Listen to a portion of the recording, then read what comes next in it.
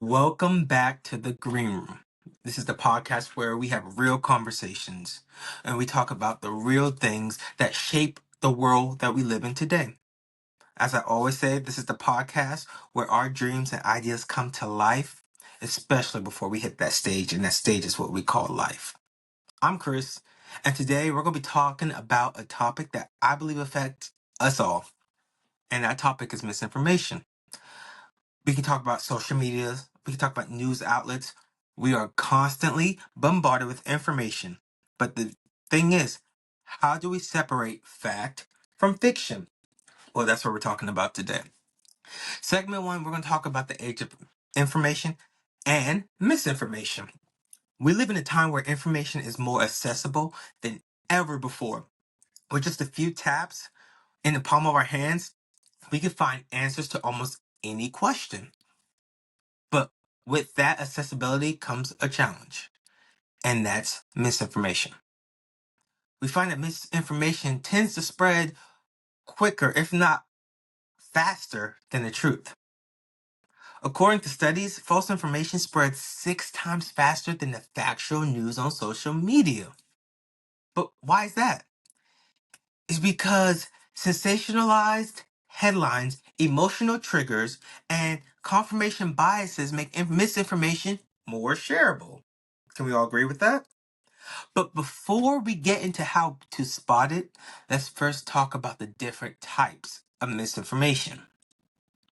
Well, for one, there's disinformation, which is false information deliberately spread to deceive people.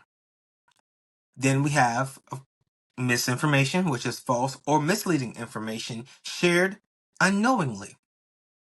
And finally, this is one I didn't even know was a thing, but doing pun research, malinformation, which is based on reality but used out of context to mislead or harm.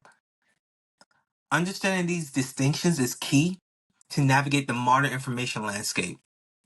And we all know how today is and how each of these terms are being used. But now we're going to segment two. How do you spot misinformation? So, how do we become better at identifying misinformation? Well, here I have a few key strategies I believe that helped me and will help you here in the green room. Well, for one, check your source. Who's publishing that information? Is it from a reputable news organization or is it just a random blog? Look for their credibility and their authority. Not saying anybody can lie or anybody got misinformation, but also the next thing you can do with that is to cross-reference, compare the information with multiple sources. If only one website is reporting it, be skeptical. Number three, look beyond the headline. Clickbait headlines are designed to get your reaction. Read the full article before drawing conclusions.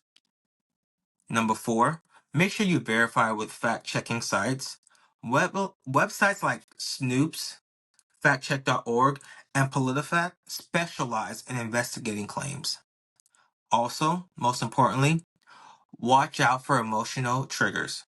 If something makes you extremely angry or excited, pause before sharing because emotional content often bypasses critical thinking. But with those, we're going to move into our next segment where we talk about the role of social media and the algorithms that has made them what they are. Social media plays a huge role in how misinformation spreads. Platforms like Facebook and sorts, Instagram, TikTok uses algorithms that prioritize engagement, which means sensationalized or polarizing content often gets pushed to the top of your feed. The more we engage with a certain type of content is the more of that topic we will see, whether it's true or not. So, I ask you, what can we do? Well, let's make sure we're mindful of what you engage with on social media. Social media companies, therefore, are making efforts to flag misinformation, but we have to take responsibility as well. Before you share, think, is this true? Who benefits from me sharing this? A little skepticism goes a very long way.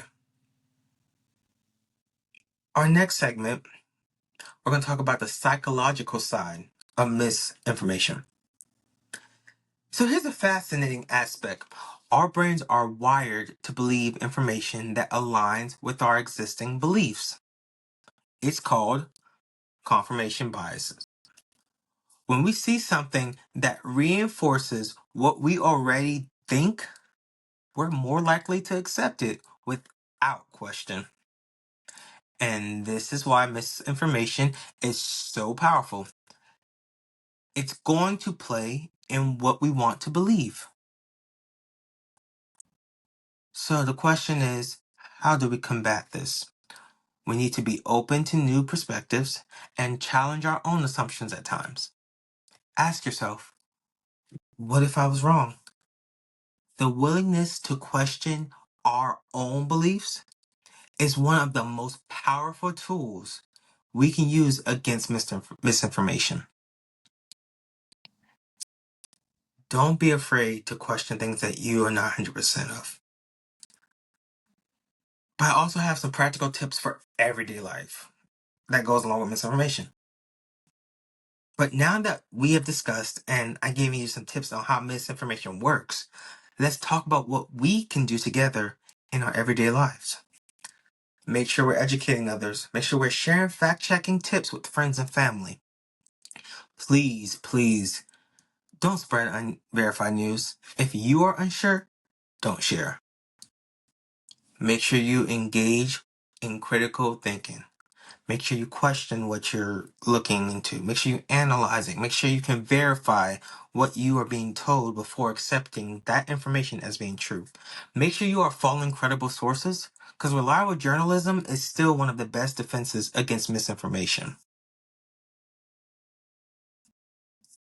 Now that you got all those lovely tips to get you through life, misinformation isn't going anywhere, but we have to have the power to navigate it wisely. By being critical thinkers and responsible sharers, we can help create a more informed world. That's what I got for y'all today. Thank y'all for joining me on today's episode of The Green Room. Please, as always, if you found this helpful, please make sure you subscribe to my page, follow my podcast, share, let me know your thoughts. But until next time, stay curious, stay informed, and stay critical. And also, while I'm at it, if you haven't already, but do follow, like, and share The Green Room with Chris. See y'all next time.